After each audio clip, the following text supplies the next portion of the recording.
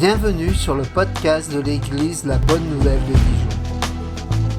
Merci de nous suivre afin de plonger ensemble au cœur de la Bible et d'y découvrir le message que Dieu adresse à ceux qu'il aime. Nous serions heureux de vous rencontrer un dimanche au 8B rue Jules Viol à Dijon. Bonne écoute. Voilà. Bonjour à tous. Bonjour. Et je vous transmets les salutations de l'atelier l'Église évangélique de Reims. Recevez les salutations des frères et sœurs de Reims au nom de Jésus-Christ. Voilà. Et je vais poursuivre avec vous une série d'enseignements qu'on avait commencé, ça fait quand même nombre de mois de cela, sur le sermon sur la montagne. Dans le texte de Matthieu 7 que nous allons lire tout à l'heure, Jésus dit en quelque sorte, attention aux faux prophètes. Attention aux faux prophètes, attention aux loups. Ça va peut-être faire rire certains. Parler de loups en France, ce n'est plus quelque chose de nouveau. Quand on suit les médias, on entend souvent que les loups ont attaqué le troupeau dans telle ou telle ville. Et c'est ce qui se passe pas seulement en France, dans plusieurs pays où les loups sèment la zizanie parmi le troupeau. Maintenant, imaginez un instant, vous soyez devant un loup qui est déguisé en brebis. C'est un loup, il est loup, mais il a la peau de brebis. Et imaginez le carnage que un tel animal sauvage peut justement s'aimer au sein du troupeau. Ça sera terrible de voir un loup déguisé en brebis et qui va tromper la vigilance de nombre de personnes. On est un peu dans la science-fiction, mais imaginez un instant. Eh bien, c'est cette image que Jésus utilise dans le texte de Matthieu 7, les versets 15 à 20, qui est une continuité de la conclusion du sermon sur la montagne. Donc, dans la conclusion du sermon sur la montagne, le chapitre 7, là, on tend vraiment vers la fin du sermon sur la montagne. Jésus utilise un certain nombre d'alternatives. Jésus dit qu'il n'y a que deux alternatives, et seulement deux. Il n'y a que deux chemins. Le chemin large qui attire un grand nombre, et nombreux passent par là. Et il y a le chemin étroit, qui est un chemin resserré. La porte étroite, le chemin resserré, qui est le chemin de la croix. Et il y en a peu qui passent par là. Il y a une autre image que Jésus utilise, c'est l'image des arbres. Il y a deux arbres. Le bon arbre qui porte de bons fruits et le mauvais arbre qui porte de mauvais fruits. Il y a aussi deux prétentions. Il y en a qui vont toute leur vie crier « Seigneur, Seigneur », mais qui ne sont pas des disciples de Jésus. Il y a ceux qui sont des vrais disciples de Jésus et il y a ceux qui ne le sont pas. Il y a deux prétentions. Et en dernière image que Jésus prend dans cette conclusion, c'est l'image de la façon de bâtir, de la construction. Et Jésus dit qu'il n'y a que deux façons de bâtir sa vie. Soit cette vie est bâtie sur le roc, si ce n'est pas le cas, c'est sur du sable.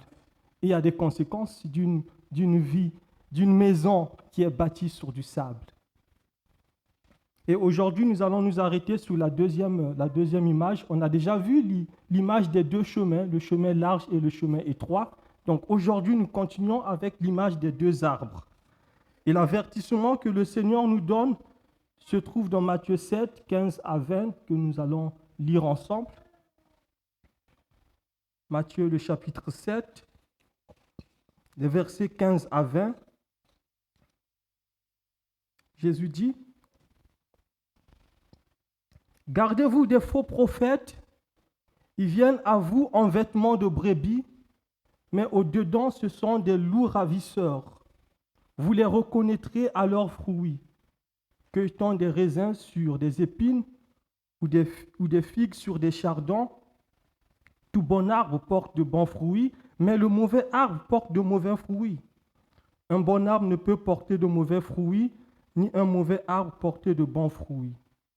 Tout arbre qui ne porte pas de bons fruits est coupé et jeté au feu. C'est donc à leurs fruits que vous les reconnaîtrez. Je vais encore prier que le Seigneur prépare nos cœurs. Seigneur, merci. Merci pour ta parole qui est lue, qui sera encore enseignée. Je te prie simplement de nous aider à suivre et à ne pas être des auditeurs oubliés, mais à mettre en pratique ta parole. Ce que tu veux, c'est que nous puissions te ressembler jour après jour, que nous puissions te plaire. Oui, Seigneur, parle-nous encore ce matin au travers de ce texte qui est dur, un texte qui fait peur, mais c'est ta parole. Oui, Seigneur, fortifie-nous encore. En Jésus-Christ, notre Seigneur, nous te prions. Amen. Je vous propose un plan à 3 points. Nous allons voir dans un premier temps qui sont ces faux prophètes. Qui sont ces faux prophètes. Et nous verrons ensuite comment les reconnaître. Qui sont les faux prophètes, comment les reconnaître, et nous verrons enfin leur finalité. Quelle est leur finalité? Regardons d'abord le premier point qui sont les faux prophètes. Quel est le sens biblique que nous avons dans les dictionnaires bibliques du mot prophète? Dans l'Écriture, le mot prophète désigne celui qui parle de la part de Dieu, celui qui se présente comme le porte-parole de Dieu. Le prophète est le porte-parole de Dieu. Le prophète, il est aussi présenté comme étant celui qui enseigne la parole de Dieu.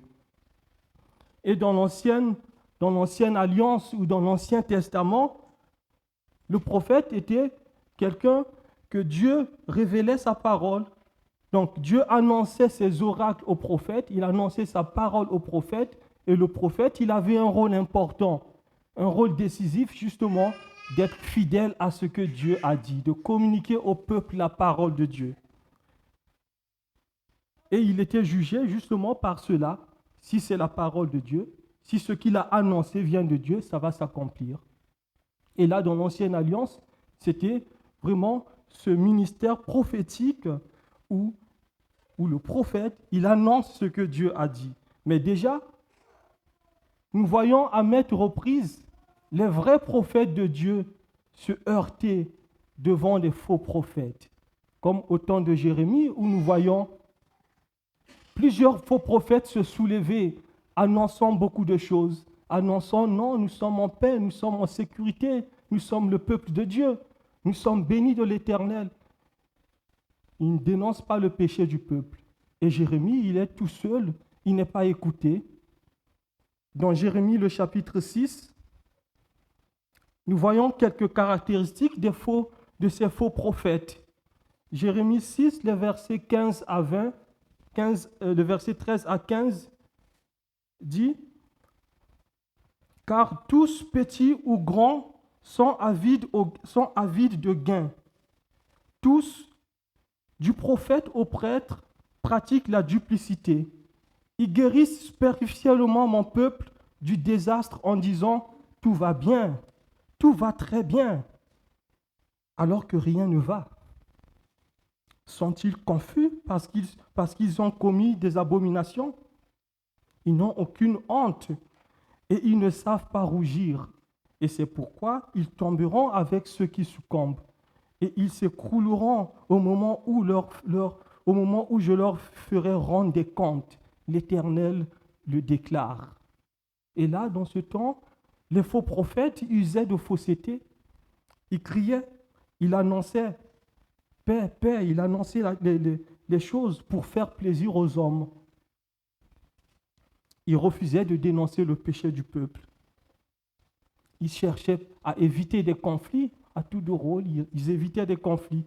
Ils préféraient un message rassurant plutôt que de rester fidèles à la parole de Dieu. Pire encore, ces prophètes qui se soulevaient au temps de Jérémie n'étaient même pas envoyés par Dieu. Je ne les ai pas envoyés, va déclarer le Seigneur Dieu dans certains passages. Non, ils parlent, ils font du bruit. Ce n'est pas moi qui les demande de parler. Il y a eu en Israël de tels prophètes et il y en a aussi dans dans les églises de telles personnes qui se présentent au nom de Dieu et d'autres qui se présentent même avec les titres « Je suis prophète un tel » ou « Je suis apôtre un tel ». Et là, moi, je me méfie vraiment des gens qui se présentent avec le titre prophète, le titre apôtre. Je me méfie vraiment de ces personnes. Comme au temps de Jérémie, ces gens-là ont du succès. Quand on regarde souvent, ils ont du succès. Pourquoi? Parce qu'ils disent ce que les gens veulent entendre. Ils les caressent dans le sens du poil, en quelque sorte. Regardons le sens de ce mot prophète, la façon dont c'est repris dans nombre de passages du Nouveau Testament. Non, le mot prophète dans le Nouveau Testament est utilisé très souvent pour désigner les enseignants. C'est pour ça qu'on dit un faux prophète, quand on lit le Nouveau Testament, quand il est dit faux prophète, c'est un faux enseignant. Donc le prophète, c'est celui qui enseigne la parole de Dieu. C'est celui qui prêche la parole de Dieu. Et celui-là, qu'est-ce qu'il doit prêcher? La parole de Dieu. Ce qu'il doit prêcher, ce n'est pas ses rêves, ce n'est pas ses convictions personnelles, ce n'est pas ce qu'il a pensé hier, ce qu'il a mangé hier ou il a pensé. Non, c'est la parole de Dieu, ce qu'il prêche. Et ce prophète du Nouveau Testament, cet enseignant de la parole, ce prédicateur de l'Évangile, il est jugé sur la fidélité à la parole de Dieu. Et c'est pourquoi le Seigneur, il nous dit, la Bible dit dans Jacques, « Mes frères, qu'il n'y ait pas parmi vous un grand nombre de personnes qui se mettent à enseigner, car vous savez que nous serons jugés plus sévèrement. » C'est ce que la Bible dit dans Jacques 3, le verset 1. Comme dans l'Ancien Testament ou dans l'Ancienne Alliance, il existe aujourd'hui aussi des faux prophètes. Il existe des faux enseignants. Certains attirent des foules. Parfois, j'exhorte certains à ne pas écouter telle ou telle prédication sur YouTube. Ils attirent des foules, certains faux enseignants. D'autres sont malins encore. Ils sont malins parce qu'ils sont plus difficiles à détecter. Ils disent beaucoup de bonnes choses, mais avec un peu de quelque chose qui n'est pas de la parole de Dieu. Et d'autres encore, ils se déguisent. Ils se déguisent dans les églises. Quel est leur déguisement? Le verset 15 de Matthieu nous dit, le texte que nous avons lu tout à l'heure, Jésus dit, « Ils viennent à vous en vêtements de brebis, mais au-dedans, ce sont des loups ravisseurs. » Les faux prophètes utilisent des bons clichés. Ce n'est pas tous ceux qui utilisent un vocabulaire biblique, tous ceux qui ont les versets dans la Bible, dans la parole, tous ceux qui parlent le langage chrétien, qui sont bons à écouter. Ce n'est pas tout ce qui se dit. Ils paraissent même parfois vulnérables, ces faux prophètes, ces faux enseignants, comme des brebis. Mais au-dedans, le Seigneur dit, à l'intérieur, ils sont des loups ravisseurs. Ce sont des loups déguisés en brebis. Ça fait un certain nombre d'années, de mois, je changeais avec un ami américain. Il me disait, écoute Franck, j'aime bien la fête d'Halloween où les gens se déguisent, où on peut se déguiser en squelette, on peut se déguiser en chien, en chat, quand on est homme, en femme, ou quand on est femme, en homme, en super-héros, en policier, et même les enfants et les adultes, ils cherchent un déguisement pour, parfois pour tromper, mais on sait au moins en partie qu'ils se sont déguisés. Parfois même certains déguisements paraissent tellement naturels qu'il est difficile de savoir est-ce qu'il est vraiment policier, il est en tenue de policier, est-ce qu'il est policier, il a une trousse, est-ce qu'il est infirmier, est-ce qu'il est médecin. Les faux prophètes, eux aussi, se déguisent. Le danger est tellement est tellement réel que l'apôtre Paul prend le temps d'avertir l'Église.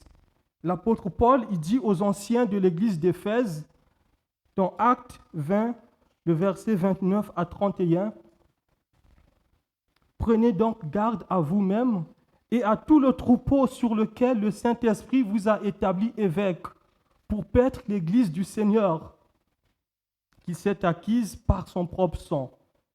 Je sais qu'il s'introduira parmi vous, après mon départ, des loups cruels qui n'épargneront pas le troupeau, et qui se lèvera du milieu de vous des hommes qui enseignent des choses pernicieuses pour entraîner les disciples après eux. » Ça, c'est un avertissement que l'apôtre Paul y donne aux anciens, qui nous laisse que nous avons dans la parole. La motivation première de ces faux enseignants, ce n'est pas servir Dieu, c'est plutôt leur ventre. Leur animosité est décrite par le caractère de loup cruel. Cette animosité est contre la vérité.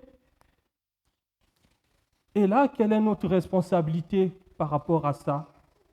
Notre responsabilité est d'être sur nos gardes.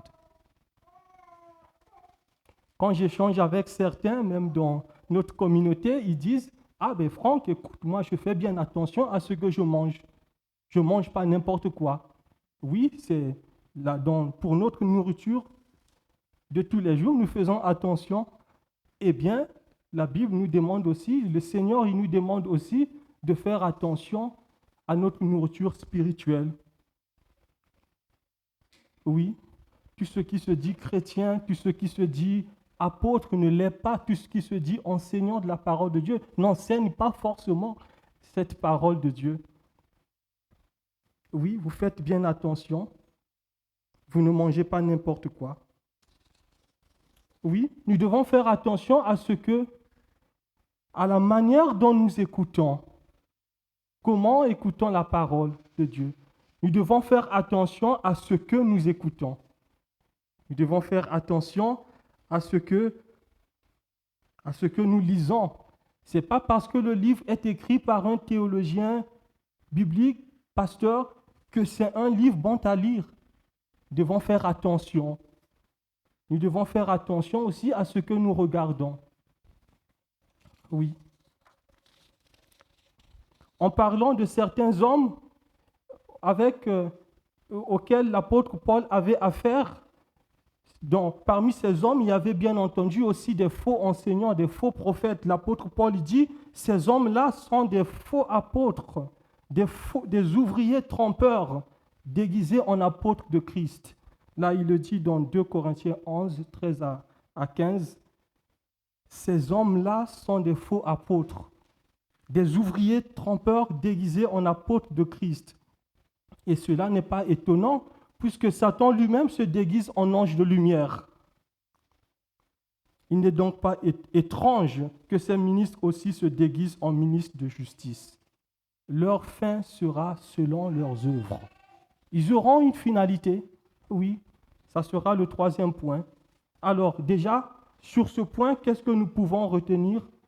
Qui sont ces faux prophètes? Ces faux prophètes prétendent parler au nom de Dieu. Ils disent qu'ils sont envoyés par Dieu. Pourtant, Dieu ne les a pas envoyés. Qui sont ces faux prophètes? Ils sont dangereux. Pourquoi sont-ils dangereux? Parce qu'ils se déguisent en brebis. Qui sont ces faux prophètes? Ces faux prophètes, ils ont une présence réelle. C'est que nous devons être sur nos gardes. C'est pour cette raison que le Seigneur nous demande d'être sur nos gardes. Oui. Ils peuvent bien aussi être à l'intérieur des églises. Regardons cette fois-ci le deuxième point. Regardons maintenant comment les reconnaître, comment les démasquer. Jésus dit dans le texte, toujours le texte de Matthieu 7 que nous sommes en train de méditer, Jésus dit au verset 16, « Vous les reconnaîtrez à leurs fruits. Vous les reconnaîtrez à leurs fruits. Cueille-t-on des raisins sur les épines ou les figues sur les chardons ?» Il reprend la même chose au verset 20. « C'est donc à leurs fruits que vous les reconnaîtrez. » Alors, c'est quoi le fruit attendu d'un prophète, d'un enseignant? C'est quoi le premier fruit? Le premier fruit, c'est déjà son enseignement. Est-ce que son enseignement est conforme à la parole de Dieu et à la saine doctrine? Le premier fruit attendu d'un prophète, d'un enseignant, ce n'est pas son charisme. Non, du tout. Le premier fruit, ce n'est pas le succès. Le premier fruit, c'est sa fidélité à la parole de Dieu. Sa fidélité. Celui qui prêche doit prêcher comme annonçant les oracles de Dieu. Son enseignement est un bon fruit s'il est conforme à la parole de Dieu. Son enseignement est un bon fruit s'il est conforme à la saine doctrine. Et la question qu'on peut se poser, c'est déjà quel Christ est prêché. Que tout le monde dise je prêche Christ. Mais quel Christ est-il prêché? Est-ce que quel Dieu, il parle de quel Dieu? Quel Dieu est prêché? Est-ce un Dieu qui est seulement amour?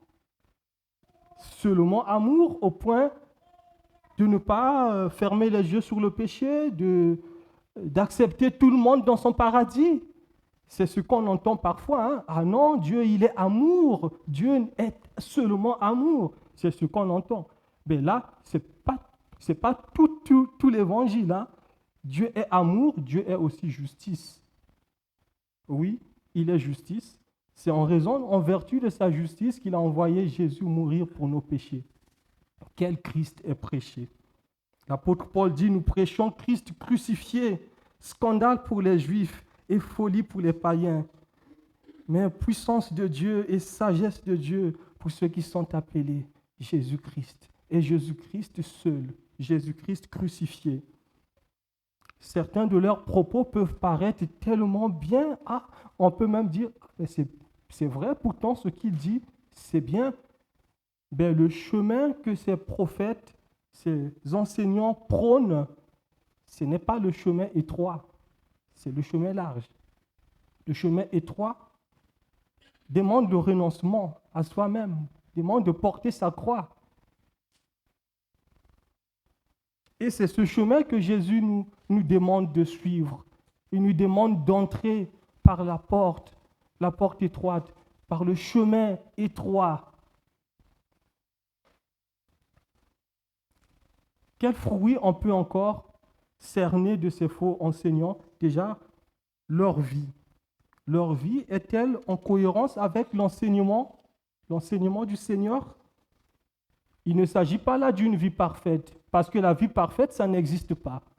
Il s'agit d'une vie qui est en communion avec le Seigneur, en communion avec la parole du Seigneur. Une vie qui est menée dans l'obéissance. Une vie qui honore Dieu. Ce Dieu saint, comme nous l'avons entendu tout à l'heure avec Martin dans le Lévitique. Le Dieu saint qui a envoyé Jésus-Christ mourir. Pourquoi? Mourir pour le péché. C'est pour le péché que Jésus est mort. Eh bien, ce Dieu aussi nous appelle à marcher conformément à notre vocation. Si nous sommes le peuple de Dieu, si Jésus est notre Seigneur et Sauveur, eh bien, notre vocation, c'est de marcher selon notre vocation, c'est-à-dire dans la sainteté. Comme il dit, puisque celui qui vous a appelé est saint, vous aussi soyez saints dans toute votre conduite. En effet, il est écrit, vous serez saints car moi je suis saint. Et là, quand on lit le Lévitique, ça bouillonne comme un refrain qui revient souvent dans le Lévitique. Soyez saints comme je suis saint. Soyez saints. Marchez avec Christ. Oui. Marcher avec Christ, marcher dans la lumière. Est-ce que cet enseignant ou ce prophète, il marche dans la lumière? Et c'est aussi valable pour tout enfant de Dieu. Celui qui se dit chrétien, qui se dit enfant de Dieu, il doit marcher dans la lumière. Parce que Dieu est lumière. S'il ne marche pas dans la lumière, il est menteur et il fait de Dieu un menteur. C'est un encouragement pour nous tous. On est pour tout enfant de Dieu. C'est de vivre en communion avec ce Dieu saint. Eh bien, qu'est-ce qui peut nuire à cette communion? C'est le péché. Eh bien, Dieu a pourvu aussi à une solution. Si nous confessons nos péchés, il est fidèle et juste pour nous pardonner et nous purifier de toute iniquité. C'est là où on est orgueilleux quand on dit je n'ai pas péché, je n'ai pas de péché. Examine-toi bien. Si nous nous examinons, nous allons nous rendre compte là, je pense que je n'ai pas bien fait. Oui. Et se repentir. Le pardon. Le pardon, ce n'est pas seulement demander pardon. C'est demander pardon, c'est aussi accorder le pardon. La persévérance, la foi. Alors, comment démasquer ces faux enseignants? Aussi par leur nature. Leur nature n'est pas indéfiniment cachée. Par la durée, le fruit révèle toujours la véritable nature d'un arbre. Quand on voit un arbre, même si c'est un arbre qui est bébé, un arbre qu'on vient de planter, un arbre qui a commencé à faire quelques feuilles, un arbre va grandir. Dans la durée, on verra le fruit et on se dira, est-ce que cet arbre est bon ou ce n'est pas un bon arbre? Il n'y a que deux alternatives, il n'y a pas trois. Il n'y a pas un arbre qui est au milieu. Soit c'est un bon arbre, si ce n'est pas le cas, c'est un mauvais arbre. Et c'est ce que le Seigneur nous dit dans Matthieu 7, toujours dans le même texte, 17 à 18. Tout bon arbre porte de bons fruits, mais le mauvais arbre porte de mauvais fruits. Un bon arbre ne peut porter de mauvais fruits, ni un mauvais arbre porter de bons fruits. Un arbre produit le fruit selon sa nature. Oui, un bon arbre porte de bons fruits, un mauvais, le mauvais. Et là, on peut demander de quel fruit s'agit-il aussi. Et oui, c'est un arbre, il porte quel fruit? Les faux prophètes peuvent pendant longtemps ressembler à des vrais enseignants. Ils peuvent pendant longtemps ressembler à des vrais prophètes et même porter des fruits qui peuvent paraître comme étant des... Oui, c'est de bons fruits. Mais leur vraie nature ne peut pas être cachée indéfiniment. Tôt ou tard, elle sera révélée. C'est dans l'état naturel des choses. Chaque arbre produit le fruit. Un manguier produit de mangue. C'est ce qu'on m'a appris quand j'étais tout petit. Un manguier ne peut pas produire des avocats ni des bananes. Non, ce n'est pas possible. Et c'est ce que Jésus dit dans Matthieu 15, de versets 33 à 35. Ou dites que l'arbre est bon et que son fruit est bon. Ou dites que l'arbre est mauvais et que son fruit est mauvais. Car on connaît l'arbre par son fruit. On connaît l'arbre par le fruit. Verset 34, race de vipères, comment pourriez-vous dire de bonnes choses, méchants comme vous l'êtes? Car c'est de l'abondance du cœur que la bouche parle. Verset 35, l'homme bon tire de bonnes choses de son bon trésor, et l'homme méchant tire de mauvaises choses de son mauvais trésor. Voilà pourquoi le Seigneur il demande à ses disciples de faire preuve de discernement. Comment démasquer les vrais enseignants de ceux qui ne le sont pas? Comment démasquer des vrais prophètes de ceux qui ne le sont pas? Faisons preuve de discernement. Examinons les Écritures, examinons ce qu'on nous a donné et de voir est-ce que c'est en conformité avec la parole de Dieu, comme les chrétiens de Bérée. Dans Acte 17, le verset 10, nous sommes appelés à faire comme les chrétiens de Bérée. Il est dit dans la parole de Dieu, ces Juifs avaient des sentiments plus nobles que ceux de Thessalonique. Ils reçurent la parole avec beaucoup d'empressement et ils examinaient chaque jour les Écritures pour voir si ce qu'on leur disait était exact. Oui, nous avons tous la responsabilité. Nous avons tous la responsabilité de prendre la Bible et de voir, on nous a parlé de Matthieu 7, mais qu'est-ce qui est dit? De regarder. Et c'est ce que nous devons faire, nous tous. Ce n'est pas que les anciens ni les diacres, c'est la responsabilité de tout chrétien de faire preuve de discernement sur ce que nous écoutons, ce que nous recevons. Alors, que retenir de ce point? Comment démasquer les faux enseignants? 3 choses. Comment les démasquer? Leur enseignement.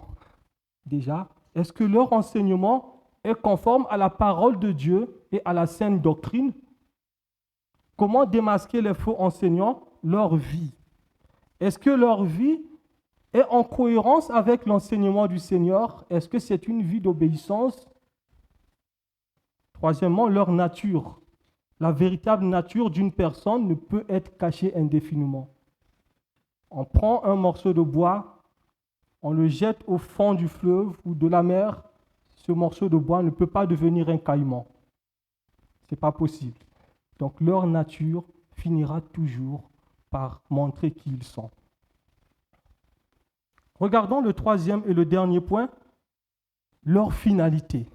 Quelle est leur finalité? Leur finalité, en fait, c'est la mort. Leur finalité, c'est la mort. Et cela est dit en regardant ce qui va arriver, ce qui arrive à cet arbre qui ne porte pas de fruits. Comment il est coupé? C'est ce que Jésus dit dans Matthieu 7, versets 19 à 20. Tout arbre qui ne porte pas de bons fruits est coupé et jeté au feu. C'est donc à leurs fruits que vous les reconnaîtrez. Les faux prophètes sont, comme la même manière qu'un arbre qui ne porte pas de bons fruits est coupé et jeté au feu, mais ça, c'est synonyme du jugement. De la même manière, les faux enseignants, les faux prophètes, quand on regarde d'autres passages de l'Écriture, il y a le feu éternel, la séparation éternelle avec Dieu, le châtiment. Oui, il y a d'autres écrits aussi qui nous le précisent. Quelle est leur finalité, ces faux enseignants, ces faux prophètes? Leur jugement n'est pas nouveau. Leur jugement est écrit depuis longtemps. Jean-Baptiste, dans Luc 3, le verset 8 à 12, nous dit ceci. Regardons, Jean-Baptiste, la parole de Dieu nous dit dans Luc 3, le verset 8 à 12, à propos de Jean-Baptiste, « Et il alla dans tout le pays des environs du Jourdain, prêchant le baptême de repentance pour la rémission des péchés, selon ce qui est écrit dans le livre des paroles d'Ésaïe le prophète. C'est la voix de celui qui crie dans le désert. Préparez le chemin du Seigneur, aplanissez ses sentiers. Toute vallée sera comblée, toute montagne et toute colline seront abaissées. Ce qui est tortueux sera redressé. Et les chemins raboteux seront aplanis. Et toute chair verra le salut de Dieu. » Verset 7, il disait donc à ceux qui venaient en foule pour être baptisés par lui. Des gens venaient autour de Jean-Baptiste pour être baptisés. Et Jean-Baptiste, il disait, « Race de vipères, qui vous a appris à fuir la colère à venir, produisez donc des fruits dignes de la repentance. Et ne vous mettez pas à dire en vous-même, nous avons Abraham pour père. Car je vous le déclare que de ces pierres, Dieu peut susciter des enfants à Abraham. » Ouais. Le verset 9, qui est encore repris dans ce sermon sur la montagne, déjà, même la cognée est mise à la racine des arbres. Et tout arbre, donc, qui ne produit pas de bons fruits sera coupé et jeté au feu. Eh bien, c'est ce que Jésus dit. Tout arbre qui ne porte pas de bons fruits est coupé et jeté au feu. C'est synonyme du jugement. Nous sommes ici, et là, quand on regarde ce que les gens qui venaient, les Juifs qui venaient pour être baptisés par Jean-Baptiste, mais là, il y a une comparaison, c'est que les humains sont comparés à des arbres. Nous sommes ici comparés à des arbres. Dieu attend de nous, Dieu attend de chacun de nous que nous produisons des fruits dignes de repentance. Déjà, la cognée est mise à la racine des arbres.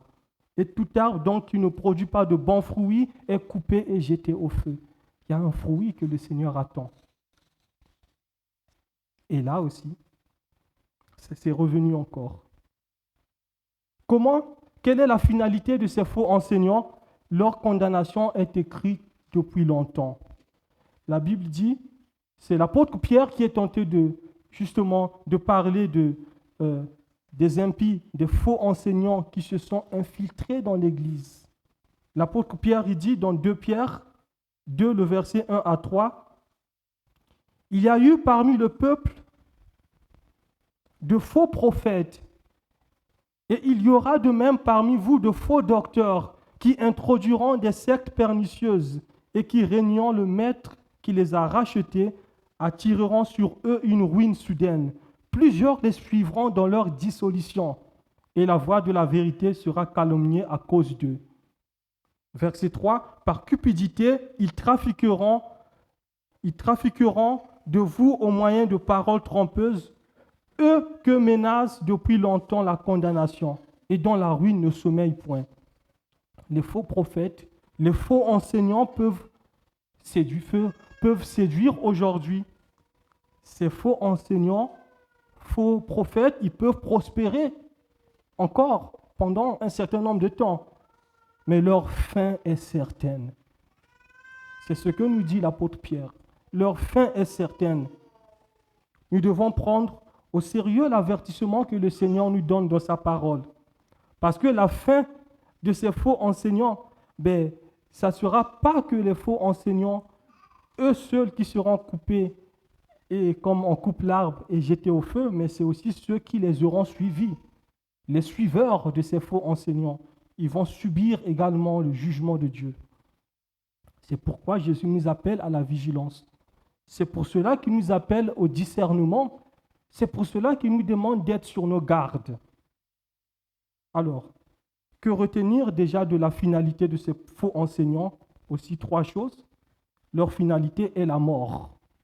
Cette mort est matérialisée par un arbre qui ne porte pas de bons fruits, qui est coupé et jeté au feu.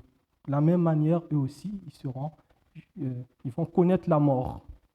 Leur jugement est annoncé par les prophètes. Tout arbre qui ne porte pas de bons fruits est coupé et jeté au feu. Leur condamnation est annoncée depuis longtemps. Alors, en écoutant tout cela, êtes-vous inquiet? Êtes-vous dans l'effroi? Quel encouragement pour nous, alors, après avoir écouté cela? Prenons courage. Nous devons prendre courage parce que le Seigneur est fidèle. Dieu est fidèle. Dieu garde les siens. Le Seigneur est le bon berger. Il dit, je suis le bon berger qui donne sa vie pour ses brebis. Le Seigneur l'a prouvé en donnant sa vie pour nous. Alors, nous devons justement prendre courage. Prendre courage parce que ce bon berger, il connaît ses brebis, il les aime, il les garde et rien ni personne ne peut les arracher de sa main. Oui, restons sur nos gardes. C'est ce que le Seigneur nous donne également comme encouragement, comme avertissement. Restons sur nos gardes parce que Satan lui-même aussi, il se déguise en ange de lumière. Le danger est réel que le Seigneur nous appelle à la vigilance.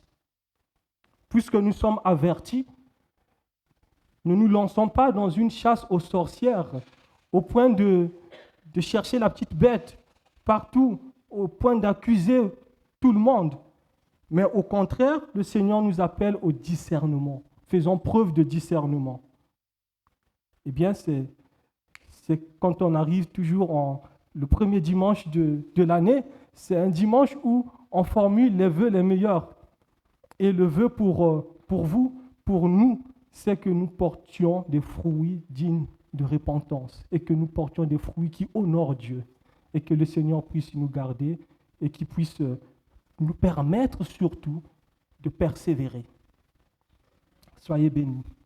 Je vais prier pour cela. Merci Seigneur pour ta grâce.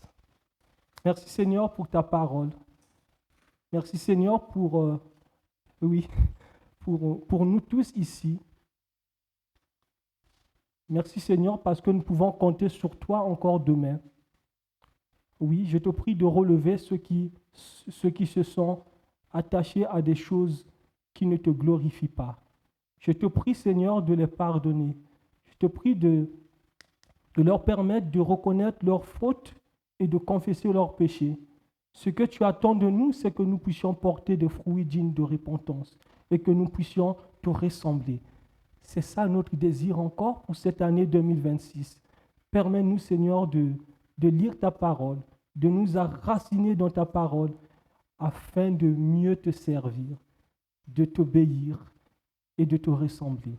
Seigneur, merci pour cette espérance de savoir que tu nous aimes et que rien ne nous séparera de ton amour. Même si nous perdons tout dans ce monde, nous gagnons tout avec toi. Béni sois-tu, Seigneur, au nom de Jésus. Amen.